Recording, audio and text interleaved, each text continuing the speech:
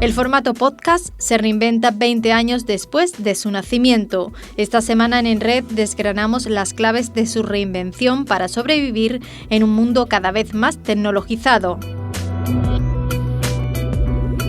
Además, conocemos MyGolf, el desarrollo de unos emprendedores sevillanos que te facilita la práctica de golf en cualquier ciudad. Y en nuestra sección Hablamos con, aprenderemos todo sobre el concepto de ingeniería de prompts de la mano del experto Bernardo Ronquillo. Así que no te muevas de ahí, que en unos momentos comienza en Red con lo último en el mundo de la innovación, ciencia y tecnología.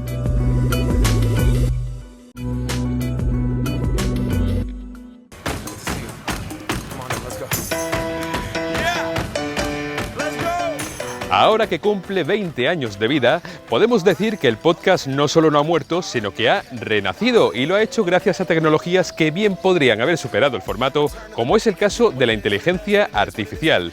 ¿De qué manera se ha producido toda esta revolución? La respuesta, como siempre, os la damos esta semana en Red.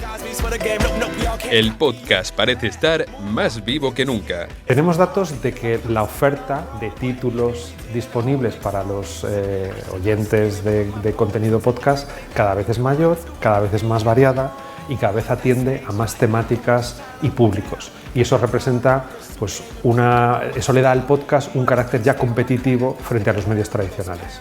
Una herramienta que está al alcance de cualquiera y que ha permitido, por tanto, una diversificación enorme de sus contenidos. Las temáticas dominantes, agrupadas un poco por categorías, serían las de podcast que tienen relación con la cultura, educación y sociedad. Aquí hablamos de podcast de historia, de ciencia, de literatura, bien un poco un planteamiento más divulgativo, seguidos sorprendentemente de los podcasts ligados a la actualidad. La profesionalización del mundo del podcast, que empezó siendo un ámbito de aficionados, un ámbito amateur, ha hecho que se incorporen nuevos formatos o nuevos ámbitos de interés, de desarrollo de contenidos más orientados hacia la información. Los medios de comunicación clásicos, pues prácticamente ya todos utilizan el podcast como herramienta complementaria para contar las historias que cuentan en los formatos tradicionales. Andalucía no es ajena a toda esta transformación. Sí que hemos descubierto que Andalucía tiene apuestas muy concretas por dailies, por ejemplo. Hay una agencia de medios que hace un daily de Sevilla, hay otra que hace un daily de Andalucía, y eso pues es novedoso porque no todas las comunidades ni todos los medios tienen apuestas tan geolocalizadas como estas. Desde Andalucía se hacen interesantísimos proyectos que además en algunos casos están en los principales puestos de escucha en todo el país y están hechos desde aquí, desde Andalucía, para todo el mundo.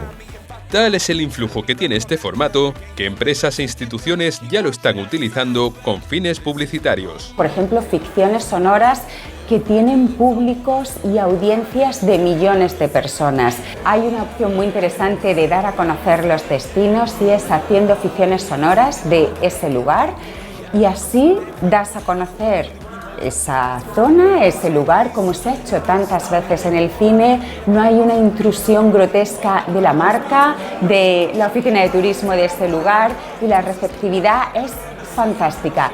¿Y cómo no iba a formar parte de esta adaptación a las nuevas tendencias la inteligencia artificial? Es una realidad ya cómo la inteligencia artificial nos está ayudando a construir narrativas de podcast. Desde la ayuda para preparar entrevistas, a pedirle que nos genere música especialmente compuesta para una producción determinada, efectos de sonido, voces sintéticas, clonación de voz. Y justo aquí nos vamos a detener, en el papel que puede desempeñar la llamada IA generativa de voces. Puede tener aplicabilidad en un podcast.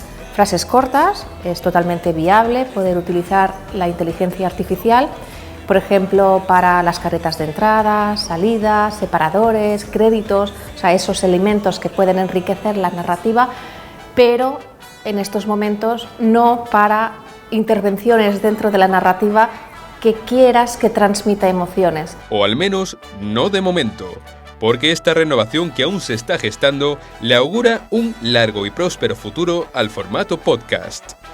Tiene todo el futuro del mundo porque la voz Es el formato más milenario. Le ganamos al texto, al audiovisual. Cada vez se están incorporando un mayor número de oyentes a su escucha, pero también un mayor número de entidades, de instituciones, de empresas y de medios de comunicación que se interesan por el formato. En este momento en el que el tiempo es algo tan valorado por todos, el podcast representa la conciliación de hacer otras cosas mientras accedo a la información y el entretenimiento, y la oferta de posibilidades de informarme y entretenerme cada vez es mayor. Ya tenemos audiencia, ya tenemos industria, ahora falta ver cómo conseguimos sacar rendimiento económico de todo esto. Pero la base ya la tenemos y la audiencia también, que es lo más importante. Y en el futuro, si no hay voz, no hay humanidad. Una tecnología que, ya sea en el móvil, en el ordenador, con voz humana o con voz artificial, aún tiene mucho que decir.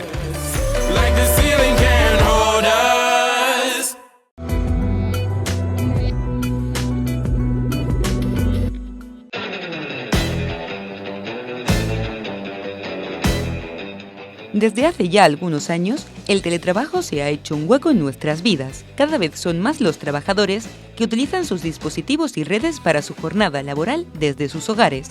Y aunque ya son ampliamente conocidas las medidas básicas de ciberseguridad, como usar contraseñas robustas y únicas, el doble factor de autenticación o recurrir a una VPN segura, siempre es importante mantenernos actualizados y estar al día para evitar a los ciberdelincuentes. Si sueles posponer las actualizaciones del sistema operativo o de tus programas, es un gran error, y es que es una forma de corregir las vulnerabilidades que puede haber. Debes actualizar regularmente tu sistema, por ejemplo Windows o Mac, además del navegador que suelas utilizar y, por supuesto, tu antivirus y las aplicaciones de uso profesional, como puede ser el Office. También es importante bloquear el equipo cuando tengas pensado ausentarte. Aunque estés en casa, si no estás delante de la pantalla, es recomendable activar el bloqueo automático si no va a haber actividad.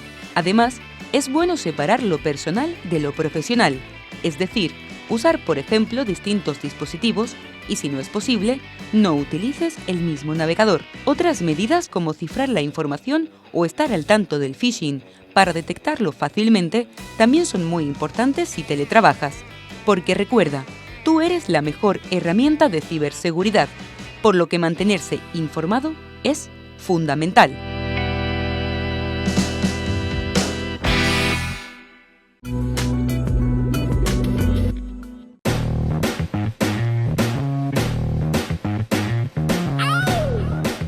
Si te gusta jugar al golf, ya no perderás ninguna oportunidad para practicarlo. Unos emprendedores han creado MyGolf, una herramienta digital para reservar en el campo de golf que más te guste y estar al tanto de los campeonatos y torneos que se celebren cerca de ti. ¿Qué es MyGolf? Pues MyGolf es una plataforma digital que nace para facilitarle la vida a los golfistas. Desde nuestra plataforma pueden reservar green fee y inscripciones o plazas en torneos de golf, todo de manera rápida, fácil y desde un mismo sitio. ¿Y cómo se os ocurre crear esto? Bueno, porque nosotros, los integrantes del equipo de MyGolf, somos jugadores, somos 3 socios y los 3 somos jugadores. Y siempre nos enterábamos ya a posteriori de había un torneo, la semana pasada hubo un torneo en este club, o hubo un torneo y eran campos que relativamente nos pillan cerca, pero la verdad es que nunca nos llegaba la información.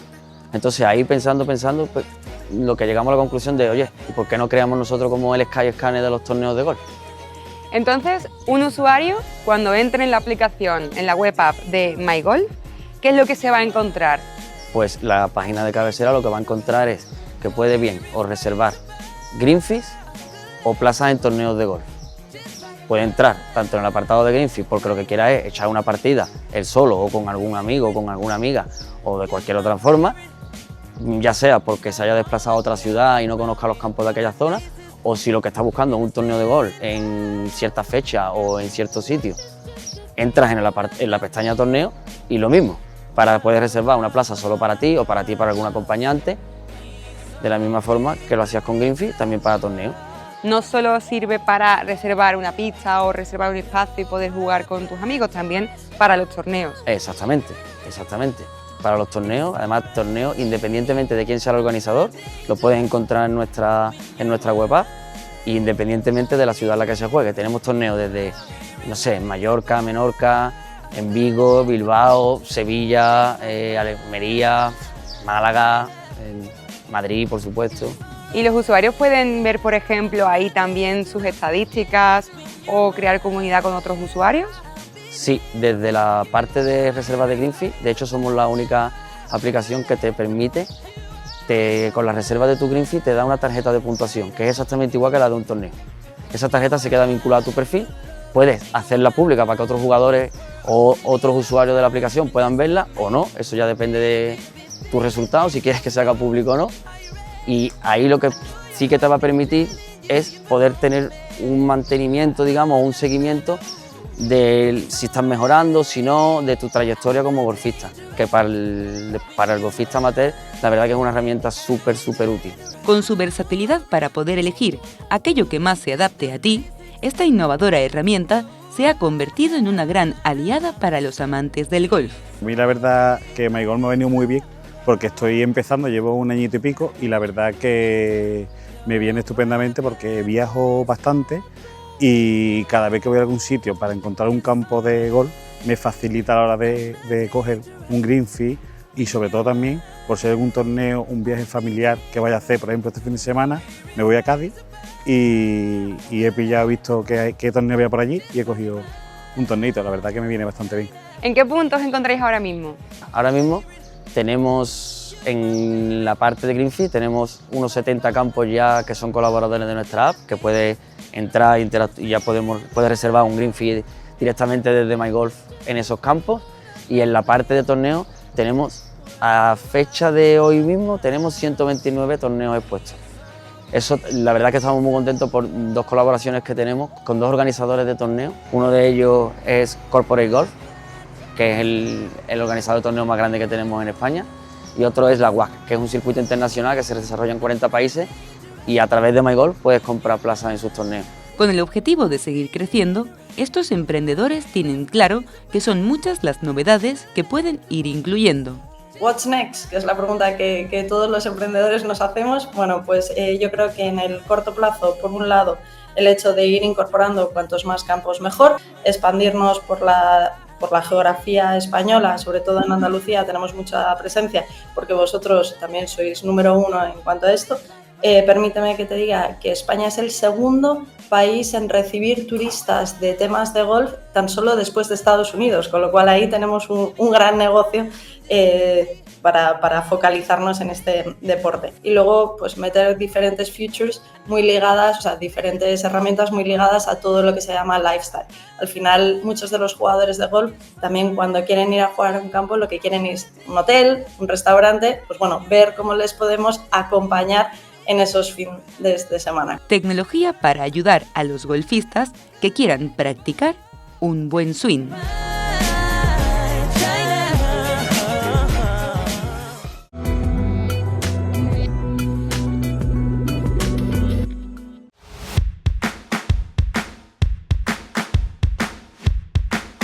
Basta con mirar el lado trasero o lateral del televisor que tenemos en casa para encontrarnos con unos elementos que siempre han estado ahí, pero a los que quizás estemos prestando poca atención.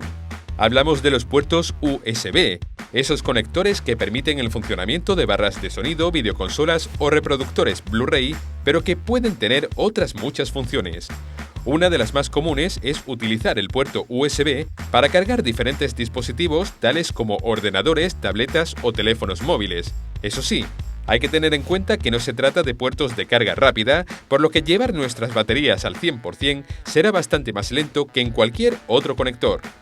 Otro de los posibles usos es el de convertir nuestra pantalla en un completo reproductor multimedia, ya que al conectar una memoria USB o un disco duro externo, el televisor es capaz de reproducir los vídeos, las fotografías o las canciones que tengamos almacenado.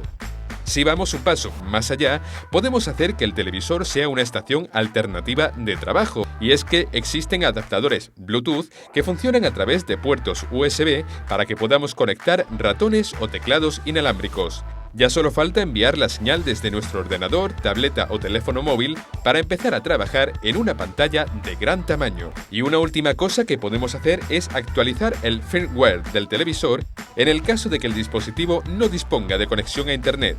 Tan solo hay que descargar el archivo de actualización desde un ordenador y pasarlo al televisor por medio de una memoria USB. Pequeños trucos para sacar todo el partido a los dispositivos que tenemos en casa.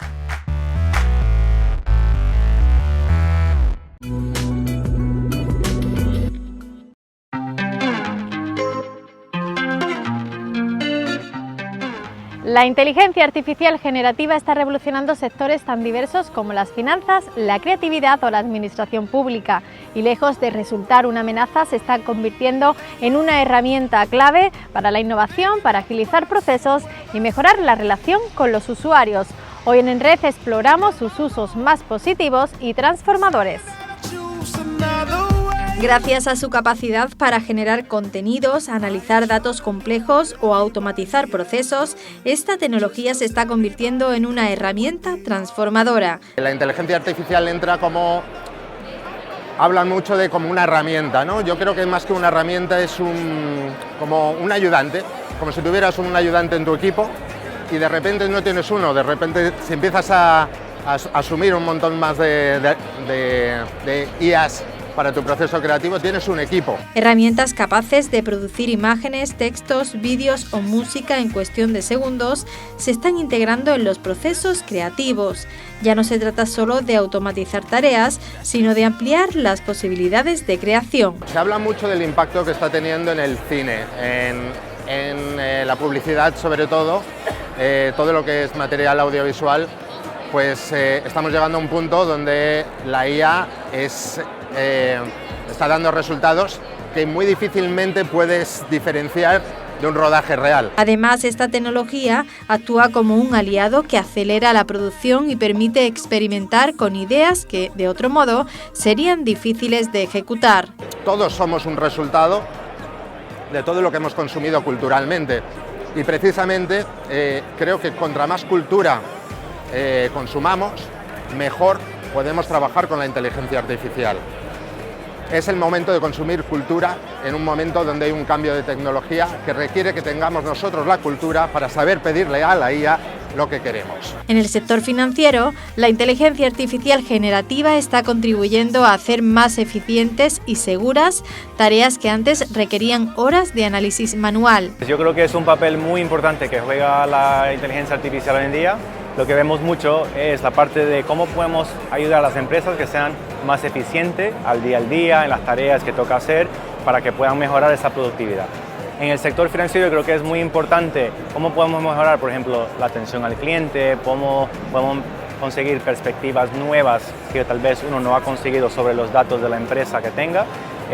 Esos datos que son muy importantes del sector bancario, que se tienen que analizar de diferentes ubicaciones, que nosotros aprovechamos y utilizamos con nuestra IA. La inteligencia artificial generativa también está empezando a marcar la diferencia en el sector público, permitiendo mejorar la eficiencia y reducir la carga burocrática. El sector público, por su idiosincrasia, siempre se ha basado en expedientes y procesos, ¿no?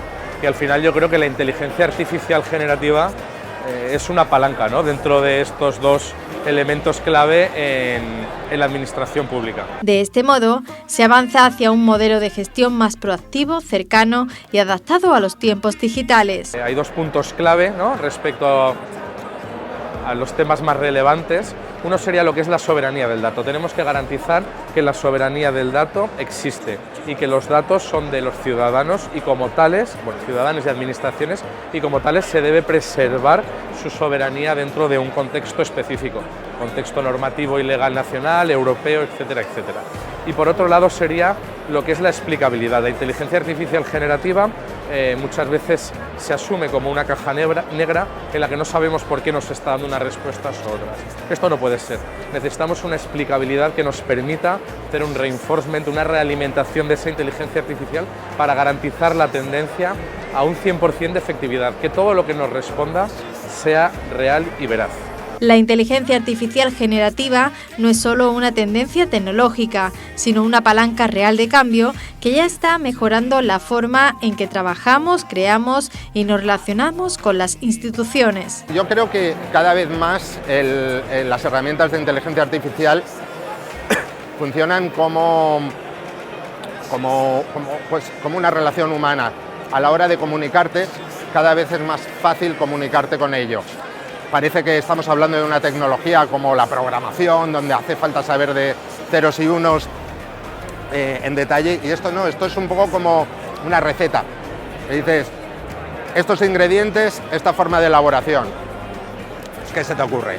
El futuro de esta tecnología está en nuestras manos. Si sabemos integrarla con criterio, puede ayudarnos a construir una sociedad más eficiente, creativa e inclusiva. Una herramienta poderosa que, bien aplicada, multiplica capacidades sin perder de vista lo esencial, el valor de las personas.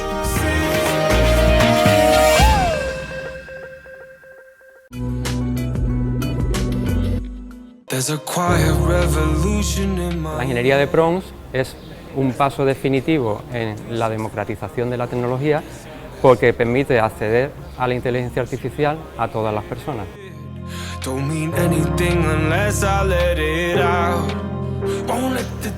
Pues la ingeniería de prompts es una disciplina nueva, en cierta forma, que consiste en aprender a relacionarnos de otra forma con las máquinas. No, aunque lleva la palabra ingeniería en el título, realmente es más no es una ciencia exacta. Yo diría que es más un arte porque está muy basado en lo empírico, ¿no? En el aprendizaje a través de la interacción con estas inteligencias artificiales, con estos agentes.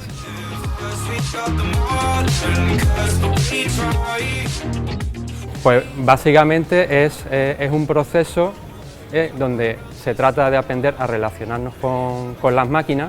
Esto tradicionalmente es lo que se ha llamado interfaz humano-máquina, y el proceso consiste lo primero en entender que es una máquina que usa el lenguaje humano, nuestro lenguaje natural, pero que no funciona, su mente, entre comillas, o su forma de trabajar no es como las humanos. Por tanto, hay que conocerla y empezar a entender cómo funciona.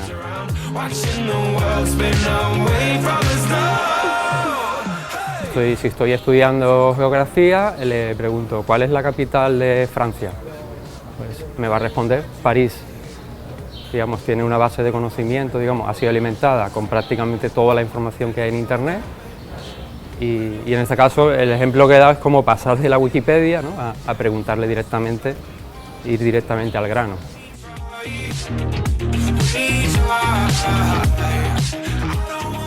Es difícil predecirlo, pero obviamente vamos a buscar el que sea un uso para el bien de la sociedad. Va mucho en la línea de automatizar procesos, podríamos pensar, bueno, yo lo catalogaría la revolución industrial, la revolución de Internet y ahora la revolución de la IA. Todas fueron, digamos, inciertas, ¿no? No se sabía qué iba a pasar después, pues ahora estamos un poco también en esa situación. Todas han mejorado nuestra calidad de vida, por lo cual esperamos que con esta también.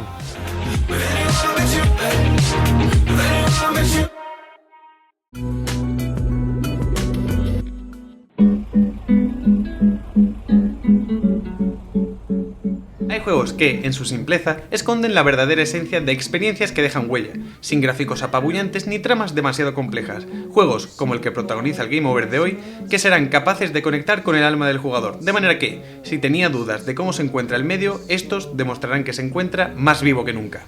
Y es que, hoy hablamos de Despelote, un juego de origen ecuatoriano que, tras su título un tanto cómico, esconde un verdadero homenaje a la vida. El título, Despelote, además de suponer un recurso cómico, también supone un juego de palabras que nos pondrá en la situación de nuestro protagonista, un niño al que encarnaremos y que recorrerá todo su barrio, siempre pateando un balón de fútbol. El juego nos pone en una situación muy concreta, un barrio de Ecuador que se encuentra en un estado de euforia generalizada debido a la clasificación por primera vez de Ecuador para el Mundial de Fútbol. Eso sí, no obstante, encontraremos distintas tramas y distintos sucesos que irán ocurriendo simultáneamente a la clasificación de Ecuador que escapan a la comprensión de un pobre chiquillo. Volviendo al lado positivo, recorreremos un barrio lleno de vida, el cual es evocado directamente desde los recuerdos de su creador. Todo esto en un juego de una duración aproximada de 2 horas, como si se tratase de una buena película, cuyo diseño y esfuerzos han sido centrados no solo en contar una historia, sino en evocar esos recuerdos de nostalgia que nos devuelven a nosotros como jugadores a nuestra niñez. Sí, puede que en el programa de hoy nos estemos pasando de sentimentales y de poéticos, pero es que Despelote es un juego que no trata de hacerte amar el fútbol, es un juego que trata de hacerte recordar cómo era ver el mundo a través de los ojos de un niño, donde la inocencia primaba en todo lo que vieses.